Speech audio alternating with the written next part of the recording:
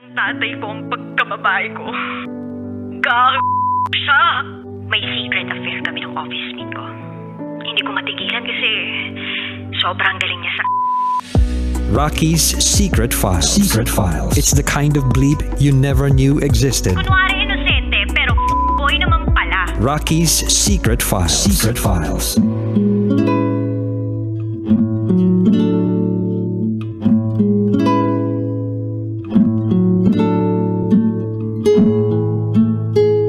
And we're back.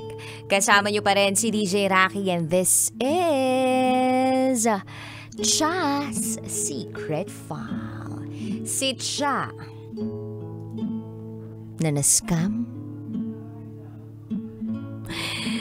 nagkaroon ng ka-chat online, minitang ka-chat online, at boom, magkakaanak na siya dito sa nakilala niya lang online. Extraordinary kind of story in the sense na hindi mo akalain na magsisimula sa ganun yung love story nilang dalawa. Yung akala mo walang happy ending pagdating sa mga kwentong online. Meron pala. I think pwede naman talaga Pwede naman talaga na magkaroon ng successful love story na nagsisimula online. Pero magsisimula nga lang siya online. Kumbaga dun yung take off. Pero hindi po pwedeng online lang kayo palagi. Iba pa rin po yung sarap pag live. Charot! Widarot! Anyway, pakinggan na natin yung mga kabisyo natin nag-share ng kanilang mga thoughts, comments, suggestions, and violent reactions. Ito po ang sabi ni Angel Alan Avanzado. Hi DJ Rocky, nakakatuwa naman ang SF natin. Ang love talaga, may iba't ibang kwento at istorya. May masakit, may masaya. Pero sa sender natin, na ayon sa mga viral na scam. Ang saya, sana lahat ganun lang ka-cool. Merry Christmas, nakabalot na po ang regalo mo pag-uwi ko po. Salamat, sana magastuhan mo by February. Thank you so much, Angel Alan Avanzado. Sana, cash din, lagay mo na dyan. Oh! Charot, with darot. Pero totoo yun. Yung tipong na-scam ka. Ang sakit nun yung hindi na bumalik sa'yo yung pera mo.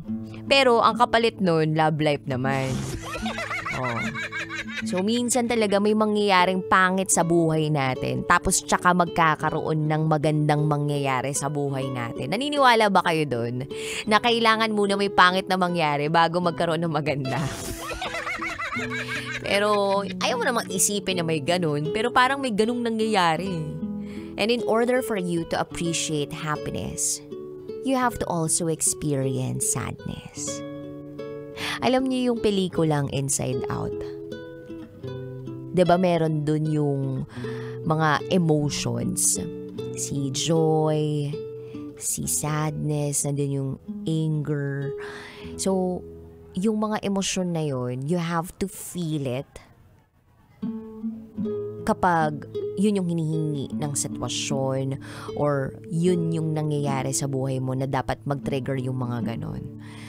So, wala lang, na-i-share ko lang yun kasi napakahalaga ng pag-intindi natin sa sarili nating nararamdaman. And all our feelings are valid. Walang pwedeng ibang tao na magdidikta sa'yo na, hindi mo dapat maramdaman yan.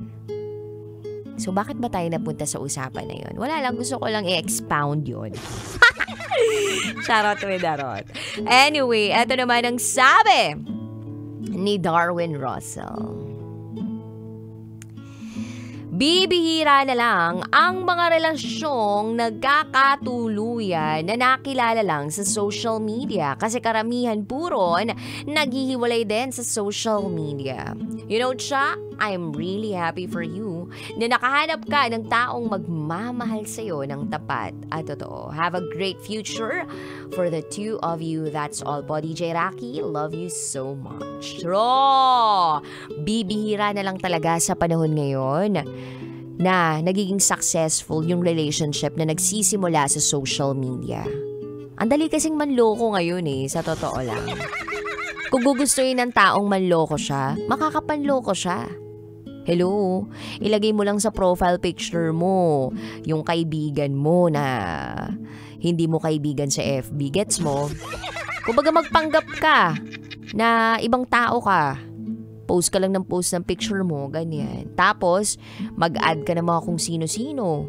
Tapos, mag-chat ka sa kung sino mang gusto mong i-chat. Tapos, ayun na. Landiin mo na ng landiin. Walang palya. Good morning, good afternoon, good night, good evening, ganun. Kumain ka na ba 3 times a day? Kahit send to many mo pa yan. Ang dali. Because words are cheap. Hello, libre lang din naman natin minsan nakukuha yung mga internet natin, connection. O, type-type ka lang dyan. Ang puhunan mo, pipindot-pindot lang. Ang dali makapambudol. Pero yung patunayan mo na yung sinasabi mo through social media ay totoo, ibang usapan yun. So, buti na lang itinawid ng ating secret file sender. Pati yung pangalan nun, Julius, yung kanilang pagmamahalan out of social media. Itinawid nila sa personal na buhay. Pero nakakakaba yun yung hindi ka pa sinasabihan ng lalaki na, oo tayo na. Or, hindi naman oo tayo na dapat pala babae magsabi na.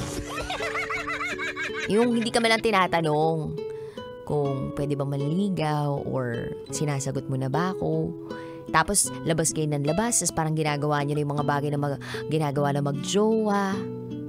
Alam mo yun, nakakakaba yun. Pero buti na lang kamo itong secret file sender natin. Ay, makapit. Parang linta. Dumidikit ng sobra. So, ayan, nagbunga ang inyong paglalandian. Pagmamahalan.